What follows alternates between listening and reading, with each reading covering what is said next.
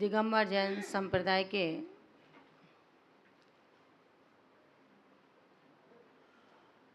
उच्च कोटि विद्वान आचार्य श्री कुंद कुंद भगवंत, जिनको बुद्धजनों ने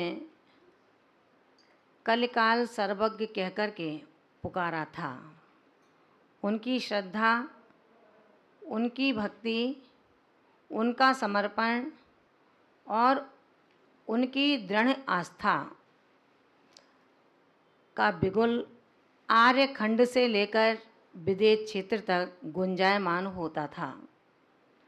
ऐसे महत परमोपकारी आचार्य कुंद कुंद भगवंत के युगल चरण कमलों में हम सभी नमोस्तु निवेदित करते हैं और उनके इस अतुल उपकार के लिए श्रद्धा से स्मरण करते हैं, जिन्होंने जैन जगत के लिए भव्य आत्माओं के मुकुलित मन कमल को विकसित करने के लिए ऐसा आध्यात्म और ऐसा सिद्धांत, ऐसा श्रावकाचार हमको दिया, जिन्होंने हमें संक्षिप्तता में दिया उपदेश कि षट आवश्यक तो महत उपयोगी हैं ही, लेकिन हे श्रावक भव्यात्मा, हे साधु साधक, उन षट आवश्यकों के साथ साथ यदि उनमें से भी हम अंतर्भाव के साथ में घटित करना चाहें तो आचार्य भगवंत ने कहा कि दान और पूजा कभी करना मत भूलना। यदि दान और पूजा कर लिया तो तेरी आत्मा का जो किट्ट कालमा युक्त है, अनादिकाल से भ्रमित है, अतुलित शक्तिमान है, ऐसी उस आत्मा की प्राप्ति के लिए तू परमात्मा का स्तवन, पूजा, अर्चना और जो भावी परमात्मा हैं, सिद्धालय में विराजित उस सिद्धों के जो लघु नंदन हैं, अरहंतों के जो वंशज हैं, ऐसे चलते फिरते धरती के देवता, दिगंबर मोक्ष मार्गी रत्नत्रयधारी साधकों के लिए हे भव्यात्मा तू दान दे देना, ताकि ये मोक्ष मार्ग निर्बाध रूप से पंचम काल तक भगवान महावीर के धर्म की ध्वजा को निरंतर प्रवाहमान करता रहे। क्योंकि कहा है तीर्थंकरों की वाणी कभी मिथ्या नहीं होती है। आपके लिए सिर्फ उपदेश है। यदि आपको भी ये दम्भ हो जाए, यह अहंकार हो जाए कि यदि मैं दान नहीं दूंगा, अरहंत की प्रतिमा की पूजा नहीं करूंगा, सिद्धों के अनंत गुणों का स्मरण नहीं करूंगा, तो भगवान महावीर के धर्म का ध्वज नीचा हो जाएगा। आचार्य भगवंत कहते हैं, रे हठी श्रावक, तू कितना भोला है। क्या तेरे पूजा, स्तुति, वंदना, चैत्यालय में ना आना, चैत्यालय ना बनाना, चैत्य विराजमान ना करना, इससे भगवान महावीर का ध्वज कभी नीचा हो सकता है? ये तेरे मूढ़ मति की एक व्यथा है, जिसको तू छोड़ दे तो ही अच्छा है। नहीं तो ध्यान रखना, सर्वशक्तिमान था, त्रिखंडाधिपति था, सब कुछ तो था उसके पास, सिर्फ नहीं था कोई, तो कोई मार्गदृष्टा नहीं था, कोई गुरु नहीं था। जब तक गुरु अपने जीवन में नहीं होते हैं, तब तक हमारा जीवन अंधकार में रहता है, तब तक हमारा जीवन खोटी संगतियों से भरा हुआ रहता है। गुरु ही ऐसा द्वार है, गुरु दीवार नहीं है। गुरु ही ऐसा द्वार है जो हमारे हर मोटे पत्थर, छोटे कंकड़ों को शोधन कर करके हमें परम विशुद्धि दे देते हैं। ऐसे परम वीतरागी आचार्य भगवान कलिकाल सर्वज्ञ जैन साहित्य के उत्तम सजेता कुंद भगवंत के इस रैणसार ग्रंथ के माध्यम से श्रावक और यति कर्तव्यों का जो उन्होंने ज्ञान परोसा, उसमें कोई उनकी मेघा नहीं है, उनकी मनमानी नहीं है, उनके अपना कोई सिद्धांत नहीं है। उन्होंने समय समय पर हमें कारकों में ये दिखाया कि जो भी कहा जा रहा है वो जिनु दिट्ठम, जो जिनेंद्र देव ने कहा है, जो जिनेंद्र देव का उपदेष्ट है, बस वो ही मैं आपसे कहता हूँ। आचार्य भगवंत जो इतने विद्वान थे, 84 पाउडों को जिन्होंने लिख दिया हो, ऐसे उद्भट वेत्ता भला मनमानी कर सकते हैं? और हम और आप जो उथले हैं, छिछले हैं, एक एक दो दो तीन तीन चार चार बार ग्रंथों को पढ़ लिया, हम अपनी संख्या बताते हैं कि मैंने अपने जीवन में समय सार को 50 बार पढ़ लिया है, मैंने अपने जीवन में नियम सार को 20 बार पढ़ लिया है। आचार्य कुंद भगवंत कहते हैं, रे हठी मानव, तू अपने हट को कब छोड़ेगा? 50 बार क्या, 50 करोड़ बार पढ़ लो, जब तक समय सार का भाव तेरे समय में नहीं उतर पाया, समय सार का समय अगर तेरे समय को प्राप्त न करा पाया, वो 50 लाख बार, 50 करोड़ बार, 50 बार पढ़ने से होता क्या है? तू रोज खाता है, तू रोज खाता है। समय माने आत्मा भी है, समय माने शास्त्र भी है, समय माने गुरु भी है। आचार्य भगवंत कहते हैं, समय पर समय की समय के लिए समय को प्राप्ति करके समय सार बन जाओ। आचार्य भगवंतों ने हमें जो ज्ञान दिया है, हमें जो उपदेश दिया है, वो उपदेश थोथा नहीं है, वो हवा में उड़ाने वाला नहीं है।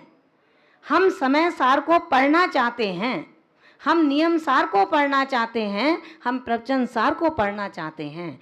आचार्य भगवंत कहते हैं कि आपके यहाँ जिस बच्चे का आज जन्म हुआ है, वो अभी 1, 2, 3 वर्ष का हुआ, क्या आप उसे सीए की कक्षा में बैठा सकते हो? क्या आप उसे आईआईटी के लिए भेज सकते हो? क्या आप उसे आईआईएम के लिए भेज सकते हैं? नहीं भेज सकते। ठीक इसी प्रकार मोक्ष मार्गियों के लिए, रत्नत्रय पथ पर चलने के लिए जो भी मुमुक्षु आत्मा हैं, ऐसे अपने आत्मा को सिद्धगत करने की इच्छा रखने वाला प्रत्येक श्रावक ऐसा ही है जैसे 3 साल का बच्चा जब प्ले ग्रुप में जाता है, फिर उसका नाम केजी, अपर केजी, फर्स्ट, सेकंड, थर्ड, ये क्लासेस चलती है। ठीक यही दर्जे रत्नत्रय पथ के लिए, मोक्ष मार्गियों के लिए होते हैं। आप सबसे पहले श्रावकाचार का अध्ययन करें, यदि आप श्रावक हैं तो। अभी तो आपको यही नहीं पता कि आहार जो दाता देता है वो दाता होना कैसा चाहिए।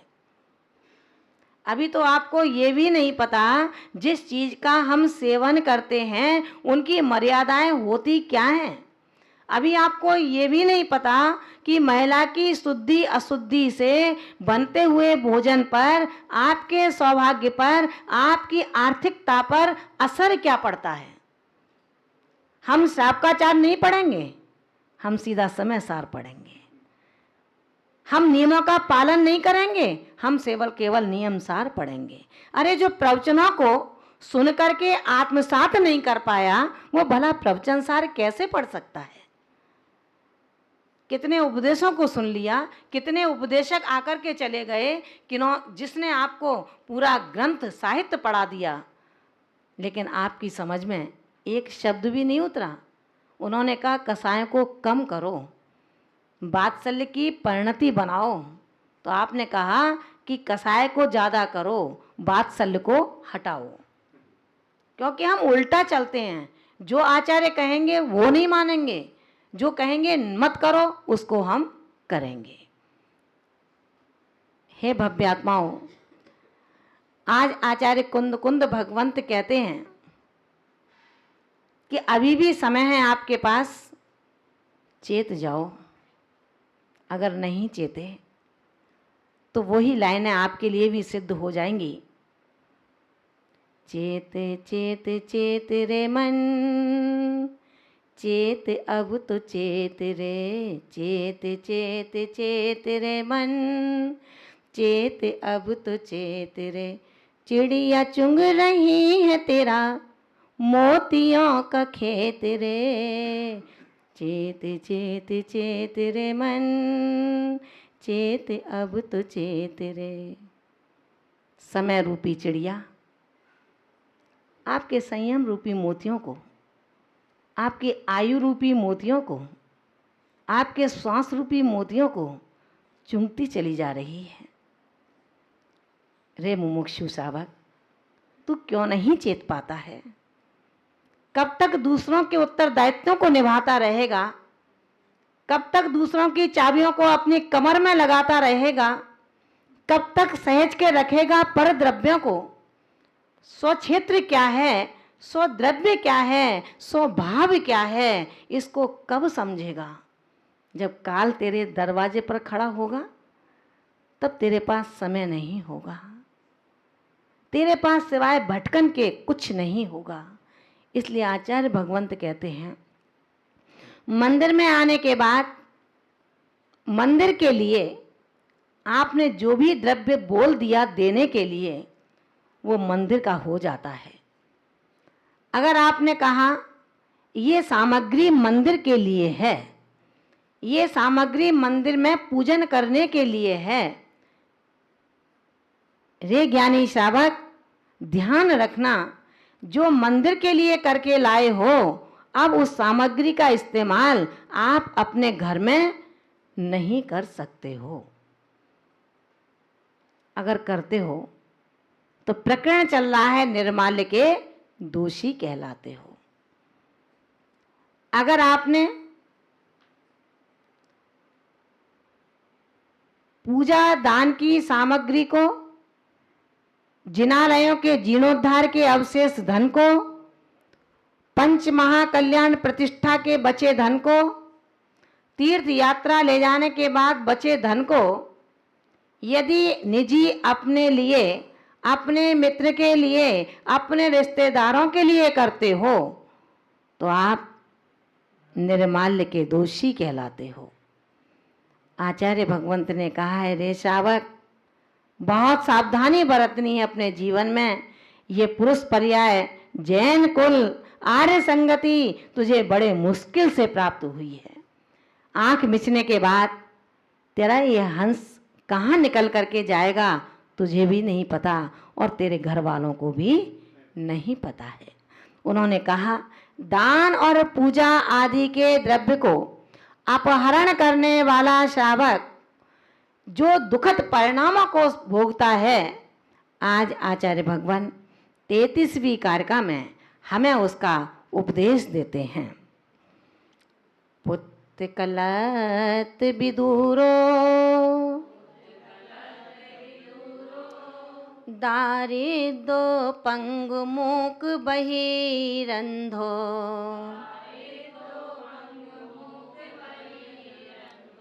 चांडालादि कुजादो, पूजा दानादि दब हरो,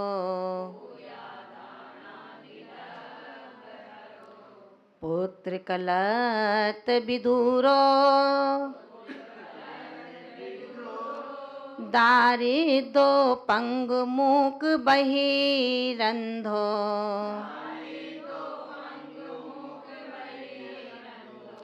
चांडालादि कुजादो, पूया दानादि दब हरो। आचार्य भगवान ने कहा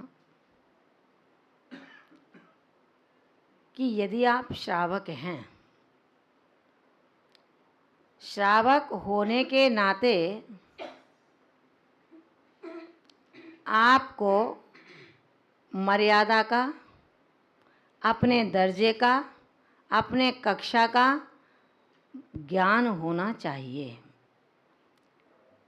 अभी जो यहाँ हैं, आप श्रावक कहो अपने आप को, हम ये नहीं कहते आप श्रावक नहीं हैं, लेकिन आचार्य समंतभद्र स्वामी आपको श्रावक सिद्ध नहीं करते हैं।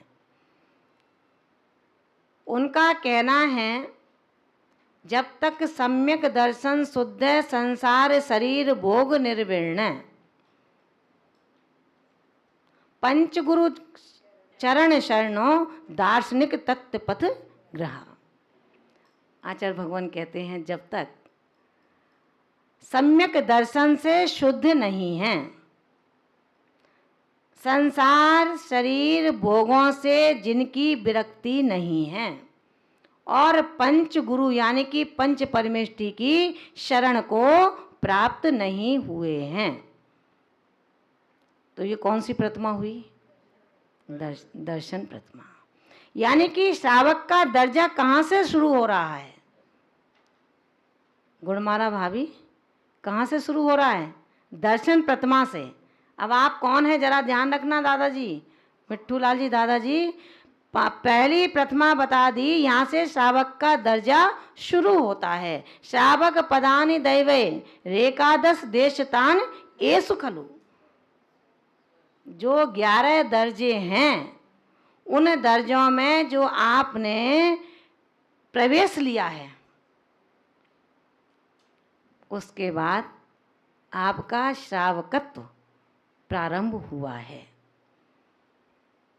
हम कहीं अंधेरे में ना रहें, रोज मंदिर आएं, रोज आहार दें, इतना मेहनत, कितना पुरुषार्थ, कितना त्याग, सब कुछ करते हैं, लेकिन अभी श्रावक नहीं बन पाए, अधेड़ हो गए। अब उल्टी गिनती शुरू हो गई अपने जीवन की। फिर भी चेत जाओ तो भी कुछ बना बिगड़ा नहीं है। सुबह का भूला यदि शाम को घर लौट आता है तो भूला नहीं कहलाता। आचार्य भगवंत कहते हैं, रे मानव, तू कब तक मानव बना रहेगा, इंसान बना रहेगा? अब मानव और इंसान से ऊंचा उठ और श्रावक बन जा। जिस दिन तू श्रावक बन जाएगा तो अपने आप श्रद्धावान बन जाएगा, विवेकवान बन जाएगा, क्रियावान बन जाएगा। फिर तुझे कुछ कहने की और सुनने की आवश्यकता नहीं पड़ेगी, क्योंकि अब तेरे अंदर 7 उन गुणों का समावेश, 8 उन गुणों का समावेश हो गया, जो गुण तुझे धीरे धीरे धीरे धीरे मोक्ष मार्ग की पगडंडी से मोक्ष स्थान तक पहुंचा देंगे। आचार्य भगवान कहते हैं, इस विवेक के साथ जो हमने दान बोल दिया, जो हमने धर्म की क्रिया की, उसका अधिकार सिर्फ मंदिर को है। अगर राशि बचती है तो मंदिर उसका स्वामी है, और यदि सामग्री ज़्यादा चढ़ती है तो माली उसका स्वामी है। अपन कोई रास्ता नहीं निकाल सकते कि ज़्यादा श्रीफल चढ़ गए तो कहीं और दे दो इसको। ये रास्ते निकालने का कर्तव्य हम श्रावकों का, आप श्रावकों का नहीं है।